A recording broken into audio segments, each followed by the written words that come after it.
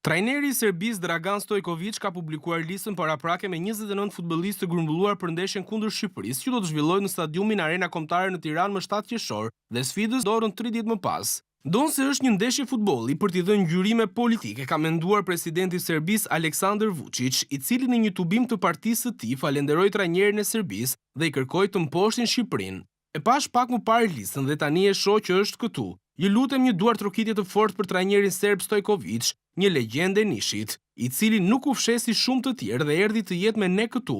Në qershor luani atje kundër Shqipërisë për t'i mposhtur ata, tha Vučić nga skena me një mesazh që ngjante më shumë një urdhri sesa një urimi. Sa i përket listës së Serbisë, surprizë e madhe për shtypin serb ishte rikthimi i sulmuesit 34 vjeçar Aleksandar Katai, i cili ka spikatur te Crvena Zvezda këtë sezon. Ndërkohë, mungesa e madhe e serbëve kundër Shqipërisë do të jetë me sfushori Sergej Milinkovic Savic, i cili nuk është ftuar së bashku me vëllain e tij Vanja, edhe pse të dy janë titular në klubet respektive, Al Hilal dhe Torino.